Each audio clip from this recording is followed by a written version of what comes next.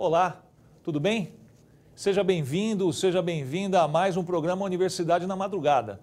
O programa de hoje, aliás, antes de me apresentando, meu nome é Antônio Celso Baeta Minhoto, sou professor universitário, sou advogado, atuo em algumas universidades, tenho algumas obras aí escritas e estamos aqui juntos para mais uma jornada dentro desse programa da Universidade da Madrugada aqui na Assembleia Legislativa do Estado de São Paulo. Vamos conversar hoje sobre direito e os novos meios de comunicação. Na verdade, nós vamos fazer uma reflexão não só sobre a questão do direito e os novos meios de comunicação especificamente, mas eu até diria o direito na contemporaneidade, o direito no nosso tempo. Como é que nós estamos lidando com isso? Vou procurar ser o mais didático possível, mas porque mesmo para que você que não tenha eventualmente uma formação jurídica consiga acompanhar a nossa exposição. Eu acho que dá para acompanhar tranquilamente. Ok? Então vamos conversar um pouquinho sobre esses aspectos ligados a essa temática. Primeira coisa, vamos lembrar que o direito gestado e parido, né, na idade moderna, a nossa idade é a idade contemporânea. A idade moderna nós temos que voltar aí pelo menos 250 anos, pelo menos. É voltada para uma sociedade que não mais existe, especialmente quando confrontada com a sociedade contemporânea, muito mais complexa, fragmentada, globalizada e desafiadora.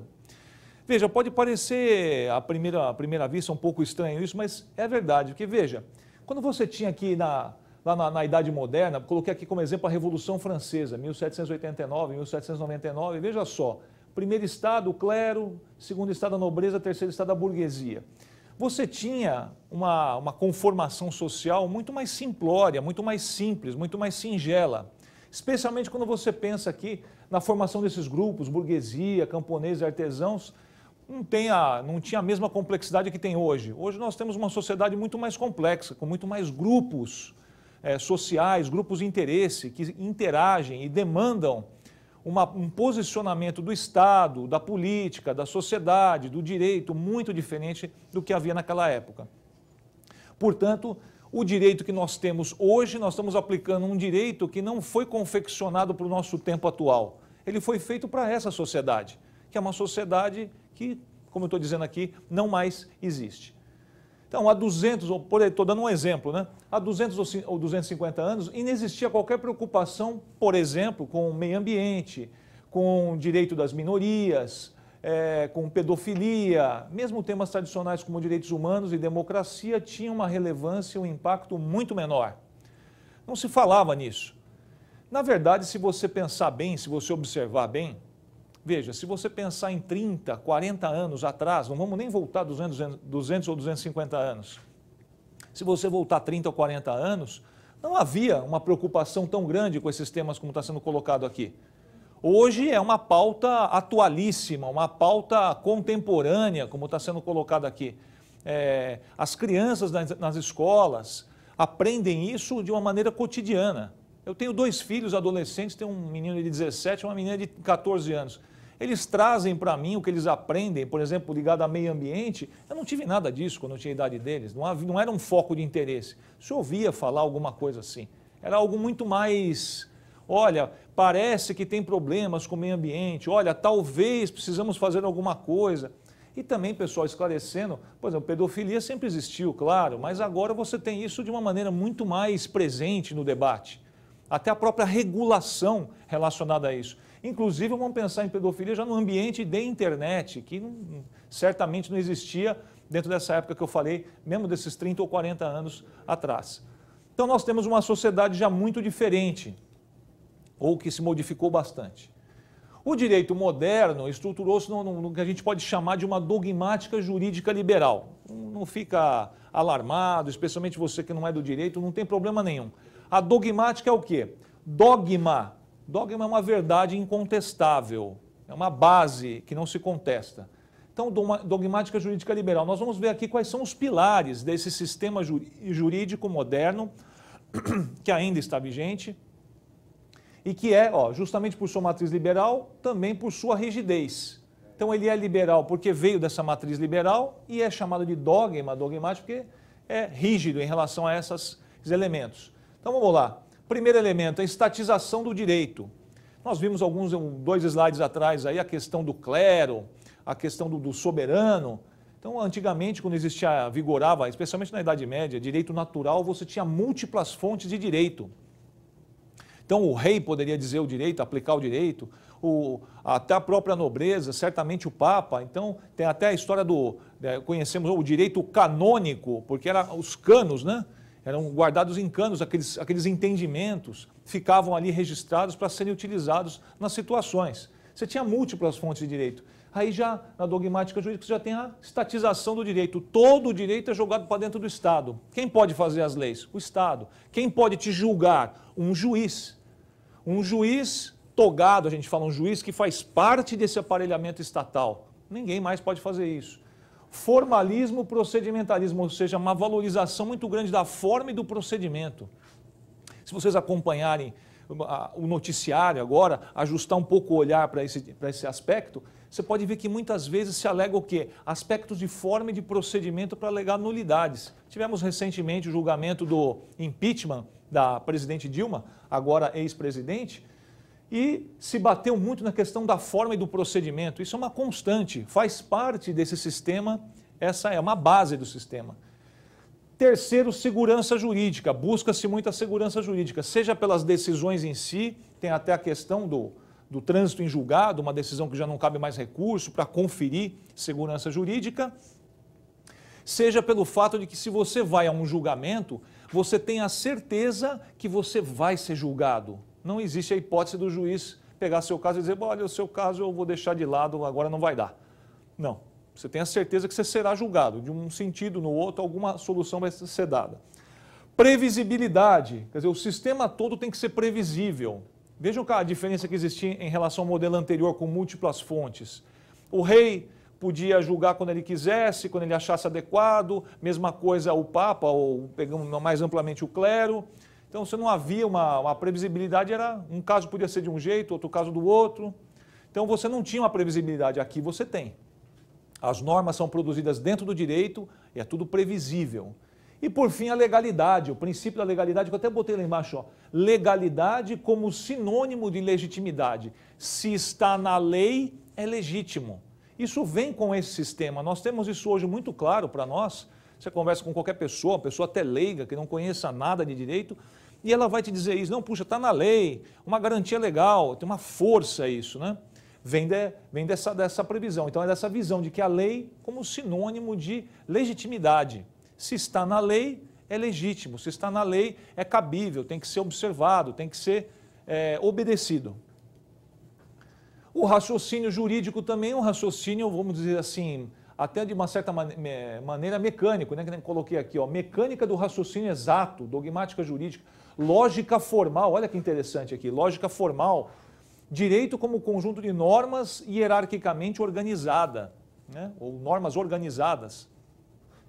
Isolamento do direito em relação a outras disciplinas das ciências humanas. Teve até um grande teórico do direito, Hans Kelsen, que era conhecido por essa visão bastante rígida, bastante fechada, que ele dizia, direito é norma. Ele expurgava do direito qualquer outro aspecto psicológico, histórico, social, nada disso levava em conta. Legalidade versus legitimidade, equivalência, ou seja, se é legal, é legítimo. Se está previsto na lei, é legítimo. Se a lei traz aquela disposição, é legítima. Você vê que hoje é algo muito presente para nós, é uma coisa muito forte na nossa formação. Porque você pode ver que grupos de interesse, preste atenção nisso quando você for assistir uma notícia, um jornal, ler um jornal, uma revista, assistir um noticiário. Veja como os grupos de interesse se interessam em ter a sua própria lei.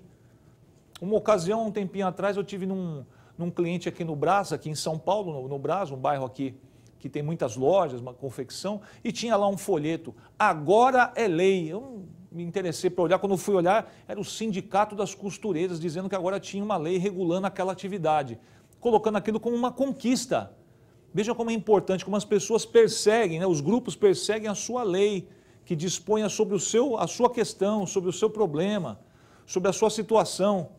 Isso certamente tem a ver com essa questão da legitimidade, com a legalidade como sinônimo de legitimidade. Não tem problema que a pessoa não tenha formação em direito, ela sabe disso intuitivamente. Pessoas com pouquíssima instrução já têm isso consigo. Doutor, se tiver na lei, tudo bem, se não tiver na lei, também não vou cumprir. Já traz isso de uma maneira natural, até eu diria. Muito bem, prosseguindo, o paradigma normativo monista, por que é monista? Do Estado, né? Só o Estado pode dizer o direito, paradigma monista, só uma fonte. Ponto alto da ordem jurídica moderna tem por fundamento o pensamento positivista, acabei de citar, kelseniano, no sentido de conferir ao Estado Nacional o monopólio de dizer o direito, que é a jurisdição, é julgar. Esse modelo serviu principalmente para regular as relações jurídicas interindividuais e mercantis, modelo jurídico liberal individualista. Mas atualmente está em crise. É um modelo que está em crise. Muitas garantias relacionadas a isso. Eu acho que é importante destacar esse aspecto que o Kelsen, como eu citei agora, o Hans Kelsen defendia isso, mas muitos outros defenderam também. E eu acho interessante essa parte, serviu para regular as relações jurídicas interindividuais e mercantis. É um sistema que visou, na verdade, dar uma segurança a um modo de produção que se buscava prestigiar, que era o capitalismo. Esse modo de produção precisava ter um lastro no direito, um lastro jurídico. E esse lastro quem deu foi justamente esse modelo, essa dogmática jurídica liberal, com aqueles pilares, aquelas bases que eu coloquei para vocês agora há pouco, e a partir daí foi criado, portanto, esse sistema, que visa justamente dar segurança a isso aqui, relações interindividuais e mercantis, que está baseado no modelo jurídico liberal individualista. O individualismo é uma característica marcante do liberalismo. E o liberalismo seria uma face ideológica do próprio capitalismo, ok? Então o direito também se prestou a esse papel, ou foi confeccionado esse modelo de direito visando esses objetivos que nós estamos pontuando aqui para vocês, tá bom? Vamos em frente. Veja só, estou citando aqui um trecho do Antônio Carlos Volckmann, que é um grande pesquisador, que ele diz, diante do saturamento do modelo liberal de representação política e do esgotamento do instrumental jurídico estatal, nada mais correto do que empreender o esforço para alcançar outro paradigma de fundamentação para a cultura política e jurídica. Ou seja, já existe um consenso de que algo precisa ser feito. Esse modelo que foi criado lá, como eu coloquei para vocês, pelo menos 200, 250 anos, talvez um pouquinho mais, esse modelo já está, muito embora tenha sofrido modificações, adaptações, siga se manifestando, é um modelo que está aí, está vigente. Mas ele já está muito questionado, porque ele já não consegue resolver as demandas, ele não consegue atender às demandas de uma sociedade muito diferente daquela sociedade em que ele foi criado, em que ele foi gestado. Então, essa crise já empurra, já tem essa pressão no sentido de que algo precisa ser feito. Como está dizendo aqui, o Volckmann já começa dizendo do saturamento do modelo liberal. Se coloca, então, portanto, como algo já presente, esse desgaste de uma maneira total. Estou dando um exemplo aqui de um modelo alternativo, o pluralismo jurídico do Boaventura de Souza Santos. Vamos dar uma olhada, ele coloca lá, sempre que no mesmo espaço geopolítico vigoram oficialmente ou não mais de uma ordem jurídica, esta pluralidade normativa pode ter uma fundamentação econômica, rássica, profissional ou outra, pode corresponder a um período de ruptura social, como, por exemplo, num período de transformação revolucionária, ou pode ainda resultar, como nas favelas, da conformação específica do conflito de classes numa área determinada da reprodução social. O Boaventura fez uma espécie de um estágio, uma temporada numa favela brasileira, no Rio de Janeiro, e confeccionou esse modelo chamado pluralismo jurídico, mas apesar de ser um modelo que muitos elogiam e tudo, é um modelo que você não tem uma aplicação concreta, que aliás não é só dele. Muito embora o modelo tradicional de direito esteja em crise, então veja, não se deixa de reconhecer a crise que existe desse modelo, está em crise. As opções que se apresentam, tais como o pluralismo jurídico, acabamos de ver uma citação do Boaventura de Souza Santos, outros modelos que eu estou mencionando aqui também a título exemplificativo, o direito responsivo do Selznick e Nonet, o direito reflexivo do Gunther Telbner, não lograram aplicar-se de modo concreto e em larga escala e apresentam, em verdade, suas próprias problemáticas e desafios. São modelos que se colocam como alternativas, mas eles próprios têm problemas de aplicação, como modelos mesmo. Você não tem, na verdade, uma sociedade que aplique qualquer modelo desse de uma maneira regular, de uma maneira efetiva, de uma maneira concreta. Você não tem. Então são modelos, por mais que você possa achar interessante, são modelos ainda que, no que se refere à sua aplicação, ainda são modelos laboratoriais. São hipóteses que foram lançadas e são colocadas como possibilidades. O que você pode ter são elementos de algum desses modelos aplicados dentro daquele sistema tradicional que a gente viu. Mas não um sistema que seja todo ele de pluralismo jurídico, de direito responsivo ou de direito reflexivo. Então você tem essas limitações, essas problemáticas que esses modelos mesmos estão enfrentando para efetivamente serem aplicados. Então nós temos uma crise de um lado e por outro lado temos também uma problemática de aplicação do que se coloca como alternativa. Portanto, a gente coloca aqui uma frase até em latim, né? Quo vadis é onde vais. Tinha até um filme famoso, antigo, com esse nome. Colocamos aqui a foto, um senhor, né, como se fosse um modelo aqui de um advogado, um juiz, alguém do meio jurídico, em uma interseção. Que caminho tomar? Direito contemporâneo, para onde vai o direito contemporâneo? Qual seria o caminho a ser seguido por esse direito contemporâneo? Por isso que tem a expressão quo vadis. Muito bem. O direito vive a sua própria crise, que, por outro lado, se insere numa crise maior, de paradigmas sociais novos e que trazem igualmente novos desafios. Então, tem mais essa ainda. O direito, já vivendo a sua própria crise, vamos colocar assim, ele enfrenta o quê? Uma crise que não é dele, uma crise que é da sociedade. E se a gente parar bem para pensar, até se analisar assim de uma maneira objetiva, nada mais natural, porque veja, pessoal, tem até um dito, os romanos diziam, né? Ubi societas ibi ius. Onde está a sociedade está o direito. Se a sociedade está enfrentando as suas próprias crises de paradigmática, de valores, de modelos, de dinâmica, o direito não tem como ficar fora disso, porque o direito se manifesta na sociedade. Ele precisa da sociedade, perdão, para poder se manifestar. Então, dentro disso, me parece que é nada mais natural. Então, o direito que já vivenciava a sua própria crise, ele acaba enfrentando também um outro desafio, um segundo desafio, vamos colocar assim, que seria a própria crise de paradigmas sociais, certo? Nesse sentido, é importante trazer as ideias do sociólogo Zygmunt Bauman, especialmente quanto ao seu conceito de modernidade líquida. Esse conceito se traduz em, vamos dar uma olhada no que o Bauman fala sobre a modernidade líquida, porque é importante para o direito, mas é importante para a sociedade, até porque o Bauman ele é sociólogo, ele não é jurista especificamente. Então ele faz uma reflexão, o Bauman, sobre a sociedade. Então veja, o que é a modernidade líquida que o Bauman vai trazer para a gente? Letra A, veja só. A metamorfose do cidadão, sujeito de direitos, em indivíduo em busca de afirmação no espaço social. Letra B, a passagem de estruturas de solidariedade coletiva para as de disputa e competição. Então, primeiramente, a letra A. O cidadão, em busca de afirmação no espaço social, ele ainda está buscando o seu espaço, a sua colocação no espaço social. Não encontra. E a letra B diz que há uma mudança de estruturas de solidariedade coletiva para disputa e competição. Essa solidariedade coletiva fica relativizada, fica mitigada frente a uma estrutura de disputa e competição. Continuando.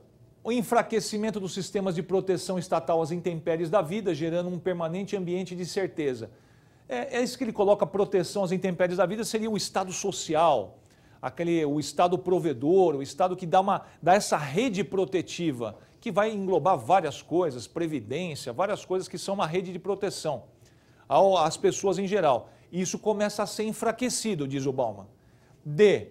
A colocação da responsabilidade por eventuais fracassos no plano individual. Isso é uma marca, que eu diria até que é uma marca da globalização, esse movimento que nós estamos vivendo já há bastante tempo. Na globalização tem aquela história, né? Globalize-se, insira-se no sistema, e se você não conseguir, o problema é seu, a falha é sua, você que está falhando, não o sistema está funcionando muito bem. Fim do planejamento a longo prazo. Temos aí agora a geração Z, né? Já tivemos a geração várias, Y, agora estamos na geração Z, que é o pessoal atual, os adolescentes, os jovens que não fazem planejamento, não pensam em ficar numa empresa, formando uma carreira longa, uma carreira extensa, não tem nenhuma preocupação relacionada a isso. Separação iminente entre poder e política. Realmente você também tem essa cisão. Onde isso vai nos levar, não sabemos ainda, mas o Bauman traz esse questionamento, questionamentos interessantes, questionamentos importantes. Então veja, aqui uma imagem do Bauman, viver com uma multidão de valores, normas e estilos de vida em competição, sem uma garantia firme e confiável de estarmos certos. É perigoso e cobra um alto preço psicológico. Então veja o Bauman destacando que viver dessa maneira, uma multidão de valores, normas e estilo de vida em competição, sem uma garantia firme e confiável que existia antigamente na figura do Estado, é perigoso e cobra um alto preço psicológico. O Bauman traz isso como um desgaste de relacionamento, um desgaste para o homem. Ele coloca muito isso como o homem atual, contemporâneo, num beco sem saída, sem saber ao certo como proceder. Ainda dentro desses novos desafios da sociedade contemporânea, nos deparamos com as novas formas de comunicação, como a gente colocou no início, no centro, na abertura da nossa exposição. Novas formas de comunicação. Nesse contexto, a internet ocupa espaço central. Agora, como que o direito lida com isso? Como é que o direito vai lidar com esse novo ambiente? Como é que o direito vai lidar com essa questão relacionada à internet? Essas relações que se estabelecem aí dentro de um ambiente, como disse o Bauman, de modernidade líquida. Como é que você vai conseguir fazer isso? Como você vai conseguir, ou como é que, não só conseguir, mas como é que você vai analisar essas relações? Vamos lá, vamos em frente. Destacaremos aqui 3 aspectos próprios do ambiente cibernético. Eu estou trazendo aqui para vocês se situarem e que possuem relação direta com o direito e os novos meios de comunicação. Vamos falar um pouquinho do avatar, da comunicação holográfica e mídias sociais. Eu estou trazendo, pessoal, quero deixar claro, 3 exemplos. Não estou querendo aqui ter a pretensão de esgotar a matéria em absoluto, uma matéria complexa, uma matéria que envolve muitos elementos. O avatar, ele é um cibercorpo, né, como a gente está colocando aqui para vocês visualizarem, inteiramente digital, de complexidade variada, que empresta sua vida simulada para o transporte identificatório de cibernautas para dentro dos mundos paralelos do ciberespaço.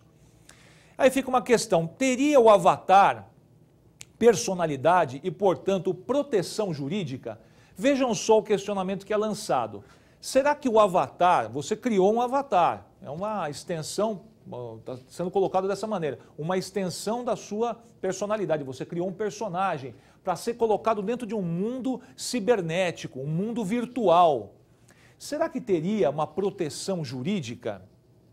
É uma questão que a gente coloca, porque veja, cada vez mais está sendo utilizado, as pessoas usam o avatar, criam o avatar. E como é que a gente vai tratar disso? Como é que isso vai ser analisado? Como que a gente vai enxergar essa situação? Veja que eu estou trazendo um texto do Nilson Tadeu Reis Campos Silva, que é um grande pesquisador dessa área.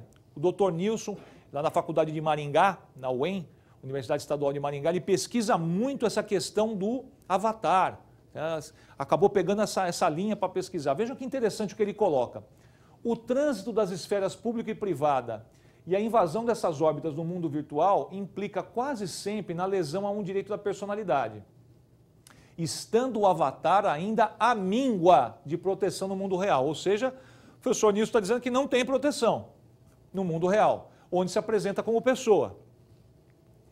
E essa desproteção é amplificada porque o avatar é ou pode ser lesado em comunidade que surge através de interação estritamente comunicativa, estruturada em locus virtual. Ou seja, o que está dizendo o professor Nilson? Que o avatar, estando num ambiente virtual, ele pode sofrer uma lesão. Ele pode sofrer uma calúnia, uma difamação, uma má utilização dos elementos que o compõem, que são, segundo diz o professor, uma projeção da personalidade real de quem criou aquele avatar. E esse avatar, no entanto, está desprotegido no mundo real. Não há uma proteção específica, uma proteção direcionada, uma proteção vinculada a esse avatar. Ele não tem essa proteção e pode sofrer, como diz o professor Nilson, pode sofrer lesões.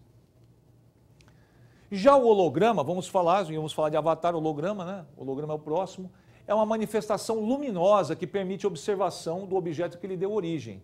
O holograma registra também a fase da radiação luminosa proveniente do objeto. Nessa fase está contida a informação sobre a posição relativa de cada ponto do objeto iluminado, permitindo reconstruir uma imagem com informação tridimensional. Veja, pessoal, quando nós falamos em holograma, talvez vocês se lembrem, há um tempo atrás, eu não lembro de quem foi o artista, acho que foi o Michael Jackson, fizeram um show e projetaram um holograma dele no palco, interagindo com um artista que estava bem vivo em cima do palco ali, cantando e dançando. É uma utilização interessante, né? Eu diria até bacana, uma coisa atraente. Mas você tem que pensar que o holograma também pode ter uma má utilização. Ele pode ser utilizado fora de um contexto. Está se utilizando a imagem de uma pessoa fora do contexto que ela autorizaria, ou que ela permitiria, ou que ela estaria de acordo. Também é um risco que se corre com essa utilização do holograma. Será que esse holograma também estaria protegido juridicamente? De qualquer maneira, é uma realidade que nós temos hoje. Temos algumas imagens aqui do holograma sendo utilizado. Vejo aqui mais imagens, aqui até fazendo uma figuração na palma da mão, né?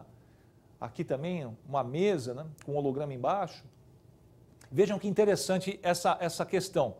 Olha o que aconteceu. Em Madrid, em 2015, houve um protesto público feito com hologramas. Uma multidão virtual. Seria uma tendência? Uma tendência? Que peso político, social esse tipo de manifestação pode ter? Vanguardismo ou comodismo? Quer dizer, você nem vai para a rua, vai lá o holograma seu, né? Você autoriza, tal, faz parte de algum coletivo, alguma situação que consiga congregar essas pessoas, vai lá aquele holograma. Lembrando, pessoal, para não ficar uma coisa, eu coloquei vanguardismo ou comodismo, mas é assim, essa manifestação que teve em Madrid, na verdade, ela foi a população deu a volta numa proibição. O Estado estava proibindo manifestações naquele espaço específico. Aí foram e falaram, tá bom, então nós vamos fazer uma manifestação baseada em holograma. E fizeram, realmente foi uma manifestação feita em holograma. Mas vejam que interessante as possibilidades, porque você fala, o holograma é a pessoa? Você fala, é. Ao mesmo tempo, a pessoa não está lá fisicamente, o corpo físico dela não está ali. Certamente ela está manifestando a vontade dela, está vendo o holograma até segurando placas, né? E é possível identificar a pessoa de alguma maneira. Coloca uma questão interessante, me parece, pelo menos, para ser refletida, tá certo? Então essa é uma utilização, uma possível utilização do holograma. Como o holograma trabalha com a imagem da própria pessoa e não uma imagem criada, como é o caso do avatar, surgem questões jurídicas ligadas à veracidade daquela imagem, bem como eventual uso indevido, direito de imagem, descontextualização da imagem. O holograma é ou não uma extensão da personalidade humana e, portanto, comporta a proteção jurídica? Caímos no mesmo questionamento que nós tivemos em relação ao avatar. Como é que você conseguiria proteger isso? Muito embora o holograma ele não seja uma criação, o avatar, vamos pegar bem essa diferença. O avatar ele é uma criação da pessoa, ele pode não ter nada a ver com a personalidade da pessoa que o criou. Aliás, frequentemente não tem, é uma criação fantasiosa. O holograma não, o holograma é uma projeção da imagem, uma projeção cibernética virtual da imagem da pessoa do qual saiu aquele holograma. Então é um pouco diferente, me parece, a questão do holograma. Mas são questões para o direito tratar. Agora veja, voltamos lá atrás. Como é que um direito estruturado daquela maneira, um direito que era extremamente cabível, justo, há 200 ou 250 anos, como é que ele vai resolver essas questões agora? Né, com esse formalismo, procedimentalismo, esse foco, a previsibilidade. Nós estamos num mundo que é baseado justamente no contrário, na imprevisibilidade, né, na mudança contínua, como o Bauman destacou. Quer dizer, você não tem mais planejamento de longo prazo, tudo é online, é aquela coisa de você instantaneamente.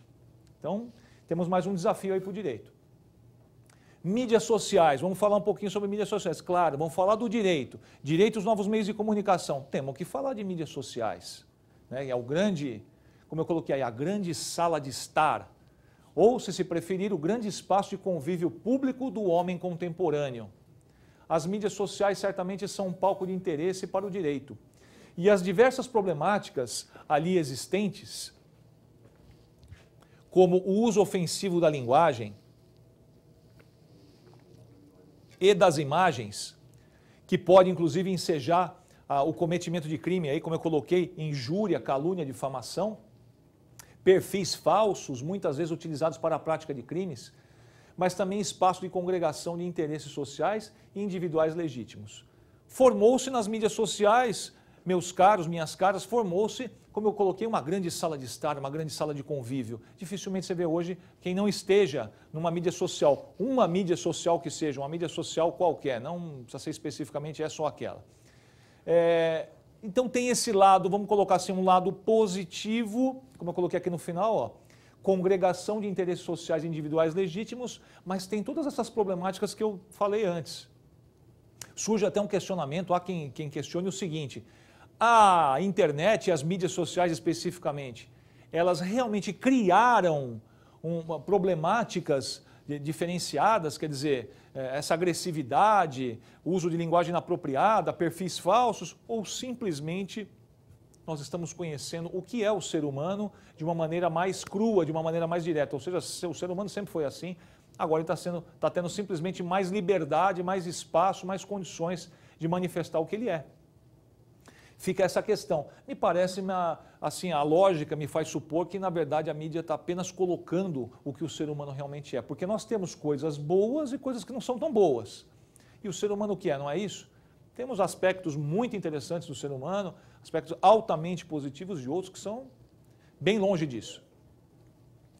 Então não me parece que a mídia tenha criado algo assim. Aqui nós colocamos alguns nomes, algumas mídias bem conhecidas, Skype, YouTube. Eu estou colocando como mídia também o YouTube porque você pode colocar vídeos, criar comunidades, tem os YouTubers, Facebook, Twitter, Flickr, tem vários aí, né? Alguns até nem não estão aparecendo aqui, Snapchat, Instagram, que é muito utilizado especialmente pelos adolescentes, pelos mais jovens. Então você tem essas mídias. Uma questão que se coloca é se as mídias sociais e a internet, de modo geral, revolucionou, trazendo novos valores, novos elementos humanos, ou se simplesmente realçou características que o homem sempre exibiu e agora estão mais visíveis. Acabei de falar agora há pouco, né, naquele primeiro slide. Então veja, a gente coloca assim, ó, criou novas formas inteligentes de lidar com a informação, as mídias sociais e a internet. Você tem algumas manifestações que nem você dizer, sou subversivo, não peço nota paulista. É uma ironia, claro.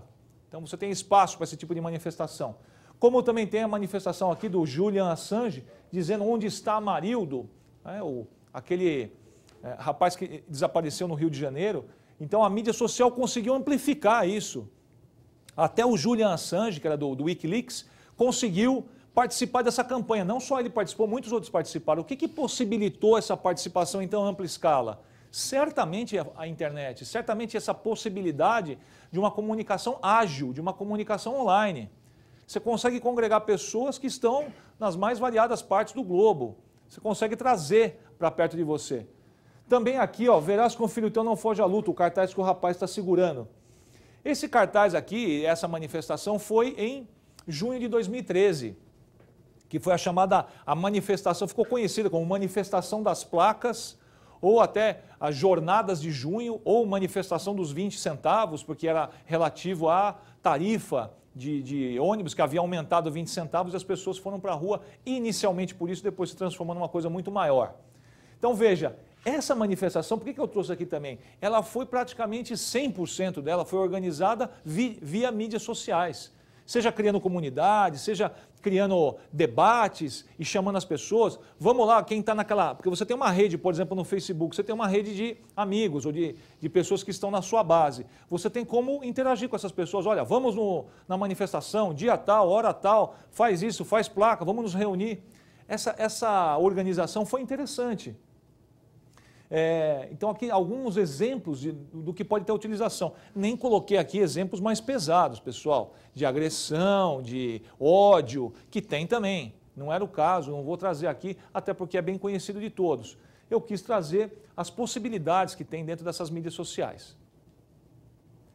Outra questão que se coloca é se a internet, especialmente as mídias sociais, não estariam tomando um espaço desproporcional na vida das pessoas, transformando-se num verdadeiro vício ou, no mínimo, num quadro de desequilíbrio comportamental. Então veja, né? Coloquei até aqui uma brincadeira. Ei, você acha que estamos passando muito tempo na internet? E aqui uma cena mais forte, né? uma menina ainda, uma moça bem jovem, o que seria aqui como se fosse uma cocaína, um vício, né? Quer dizer, tem que ficar conectada com aquilo. Nós vamos ver mais adiante que tem até pesquisa sobre isso. É um ponto interessante para a gente refletir. Então veja, vou até colocar aqui, ó, pesquisa Estados Unidos 2015. Foi feita com 200 alunos de 14 a 16 anos. Os adolescentes são dependentes das redes sociais, podendo acessá-las até 100 vezes por dia. Prestem atenção, 100 vezes por dia. 61% entram para conferir curtidas nas suas próprias mensagens. 36% para ver o que os colegas estavam fazendo sem eles. Olha que interessante isso, né? Entram para saber o que a turma estava fazendo sem a presença deles. Será que estão se divertindo sem eu estar presente? 21% ver se havia comentários ruins a seu respeito. E eu vou até fazer aqui, vou cometer uma ousadia, pessoal. Eu vou dizer para vocês, a pesquisa foi feita de 14 a 16 anos, talvez seja, vamos dizer assim, uma faixa da população, um pico, né, dessa utilização. Mas eu vou falar para vocês que não é só nessa faixa, não. Tem gente com bem mais idade do que 14 a 16 anos, pessoas até de idade que usam muito a internet, entram muito, especialmente em mídias sociais, vamos colocar aí Facebook, ou Instagram, ou Snapchat, entram bastante. Quer dizer, você acaba tendo problemas, hoje você já tem, catalogado já pela psicologia, uma espécie de disfunção comportamental ligada a esse convívio excessivo no mundo virtual. A pessoa acaba tendo, porque você fica tanto tempo naquilo, tão vinculado àquilo, que você acaba tendo um prejuízo de convívio real. Porque a mídia social é muito interessante, muito boa, possibilita, abre um espaço, etc. e tal, porém, o convívio de fato são com as pessoas de carne e osso na vida real. Então, se você começa a sacrificar esse convívio simplesmente para ficar na mídia social, eu prefiro ficar na mídia social do que conviver com gente de verdade, você pode estar tendo problemas. Provavelmente os terá, né, relacionados a isso.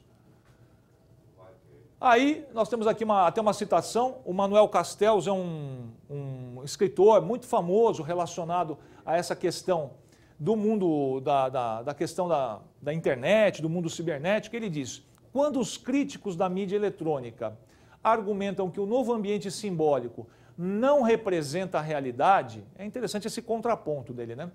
Eles referem-se a uma absurda ideia primitiva de experiência real não codificada que nunca existiu. Todas as realidades são comunicadas por intermédio de símbolos. E na comunicação interativa humana, independente do meio, todos os símbolos são, de certa forma, deslocados em relação ao sentido semântico que lhes são atribuídos. Essa colocação do Manuel Castells. Eu trouxe aqui, pessoal, para fazer um contraponto, porém, eu vou fazer uma observação em cima da colocação do professor Manuel Castells, que é assim, tudo bem, realmente as realidades, você pensar numa experiência não codificada, todos nós trabalhamos com códigos, com símbolos, isso é bastante conhecido. Até os índios, os grupamentos indígenas antigos, tinham os totens, né? Vocês devem lembrar dos totens, lembra dos totens? Os totens eram signos de elementos de significação que passavam inclusive de geração em geração. Eles concentravam elementos de significação ali. Ok, tá certo, mas nós temos que levar em conta que o convívio ou o relacionamento, o interrelacionamento que se estabelece num ambiente cibernético, num ambiente de internet, ele é um relacionamento muito diferente do relacionamento pessoal. No relacionamento pessoal, você está vendo a pessoa, você vê as reações, o gestual, o tom de voz.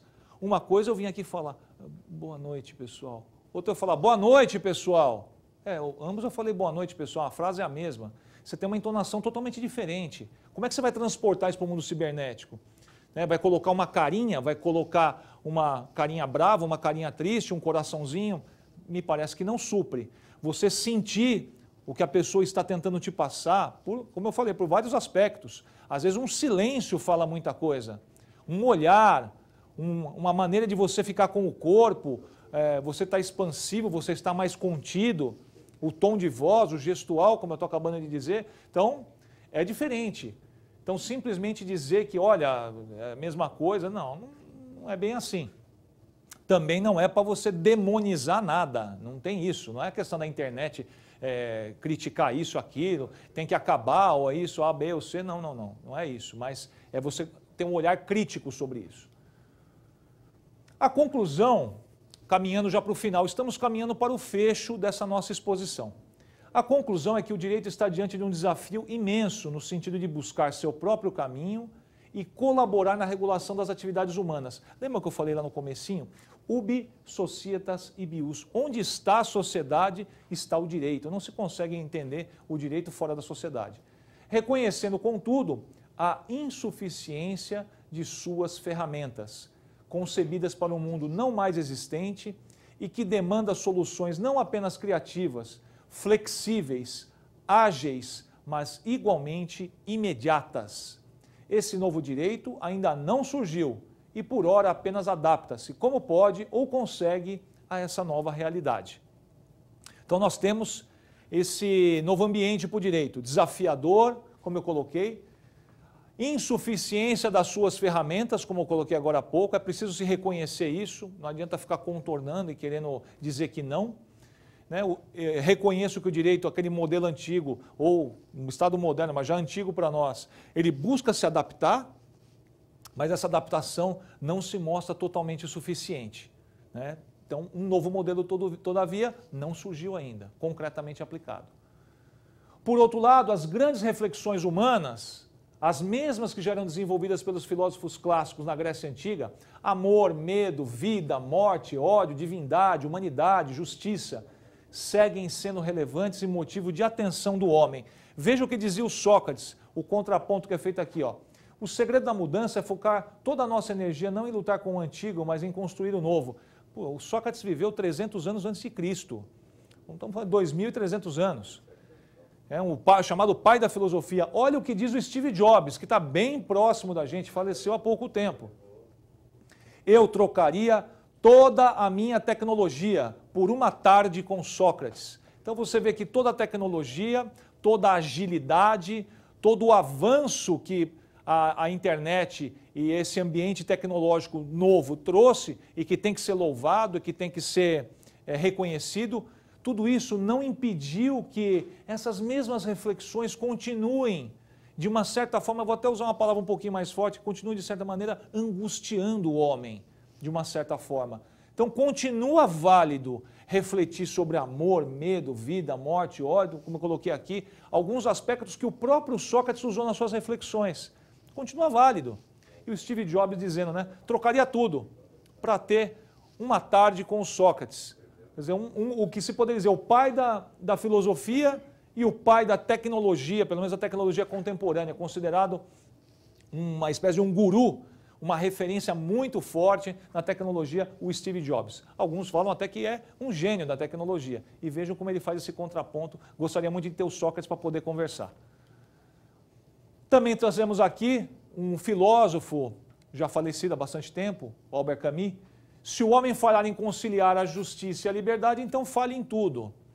Precisamos pensar nisso, porque quando você fala em tecnologias, em avanço, em um novo ambiente e etc., nesses avanços que trazem essa nova ambientação contemporânea, é preciso você pensar, lembrar dessas coisas importantes, como a gente lembrou no slide anterior, falamos do Sócrates, falamos do Steve Jobs, fazendo aquele contraponto, gostaria muito de ter uma tarde com o Sócrates, e o Camus também lembra para a gente, olha, se o homem falar em conciliar justiça e liberdade, então fale em tudo.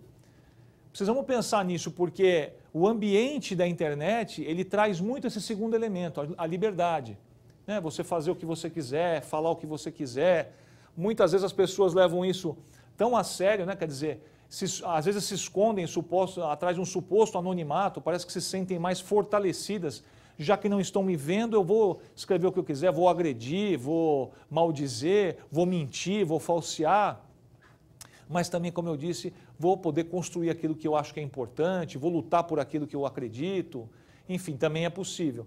Então nós temos que ter esse foco, que essa tecnologia, seja ela qual for, ela não se afasta, ou não deveria se afastar, dos valores básicos, dos valores maiores relacionados à própria vida humana. E aí o Camus lembra para a gente, pelo menos justiça e liberdade. Temos que conciliar isso, senão nós estamos falhando, eu até diria falhando miseravelmente. Não adianta você ter uma tecnologia muito avançada, você ter soluções tecnológicas admiráveis, se você não consegue resolver o básico, como o Camille está lembrando, justiça e liberdade. Meus amigos, minhas amigas, obrigado pela sua atenção. Foi um prazer. Eu espero que essa jornada tenha sido produtiva, tenha sido uma jornada útil, que tenha trazido a você novos elementos de reflexão, possa ter possibilitado a você que você faça novas reflexões para você, quem sabe até com uma profundidade um pouco maior, oxalá isso aconteça. Agradeço muito a sua atenção, a Assembleia Legislativa que abriu esse espaço nesse programa sensacional, Universidade na Madrugada. Agradeço muito, mais uma vez, a presença de todos, a atenção, o carinho e até uma próxima ocasião, se Deus quiser.